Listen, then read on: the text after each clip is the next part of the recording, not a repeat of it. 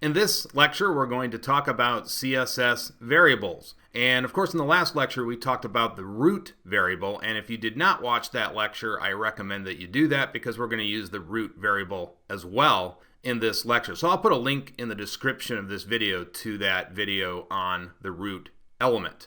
Now, CSS variables have become very popular in the last few years. A lot of UI developers are using that because many of the web pages today are becoming more and more complex. You have some web pages that have hundreds, if not thousands, of elements. So it becomes necessary to sort of make changes on the fly and also be able to do it very quickly. But the most important thing is you want to have a common theme. That is, you want to have a sort of standard color, a standard theme to your web page. It's pleasing on the eyes. It makes it look very organized. So that's why CSS variables are very nice to use. You can make global changes, you can do it quickly, and you can use a standard custom color that you want to use. So in this web page, I've added two classes here, very simple, a class 1, which will work against the first and third paragraph element, and then a class 2, which will work against the second paragraph element. We're going to define our CSS variable and work against class 1. So, and that's kind of the way it works on a web page. You may have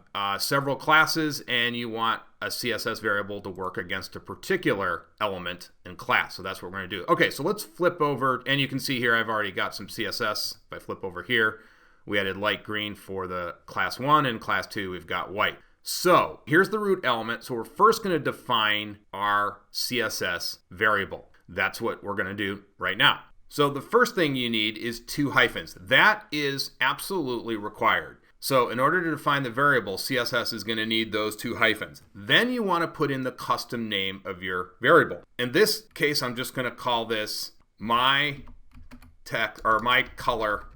Whoops, I can't type. I never can type, especially when I'm doing these lectures. Okay, my color text. That is required. So you have to put in the name.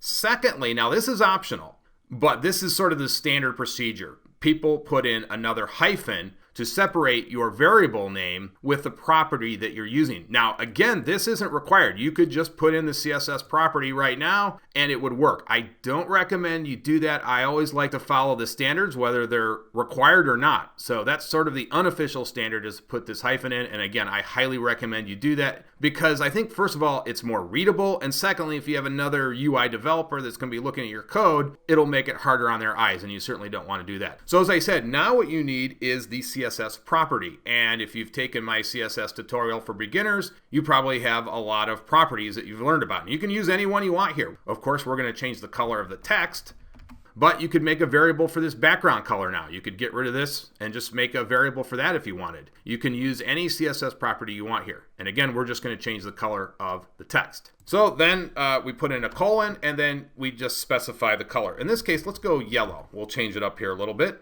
And then you just put in the semicolon. There you go. Now we've got our CSS variable defined. But we're not done yet. Now we need to come down and specify it in our CSS, whatever classes we want to use that. And this is why this is very nice. So we just put in var, and then we put in parenthesis. And then all we do is come over here, and let's just get the variable. We'll get the total variable here.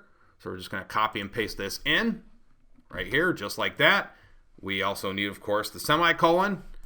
And there you can see it didn't change it. Oh, so something's wrong with live server. Isn't that fun? Okay, let's refresh this page. There we go. Sometimes live server doesn't take the changes. I don't know why. It gets into this mode where I think it might be like a focus issue. Let's check that out. Let's actually put, I'm just curious now. Let's put in green now and see if it takes it. Of course, I mistyped it again.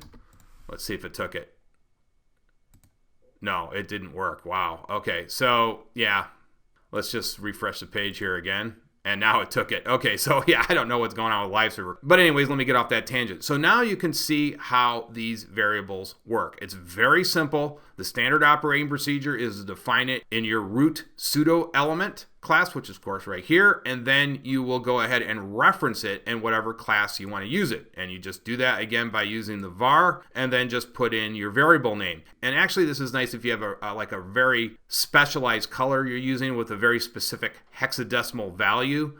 So it might not be necessarily a solid color, and you don't want to have to continue to type out that long hexadecimal value. That's also where variables are nice to use. So go ahead and play around with it. Maybe use some different properties here, play around with it, get used to it. It's certainly not going away. I think this will become the absolute standard going forward with CSS, especially on larger web pages where you want to make a lot of changes. Okay, thanks again as always for watching.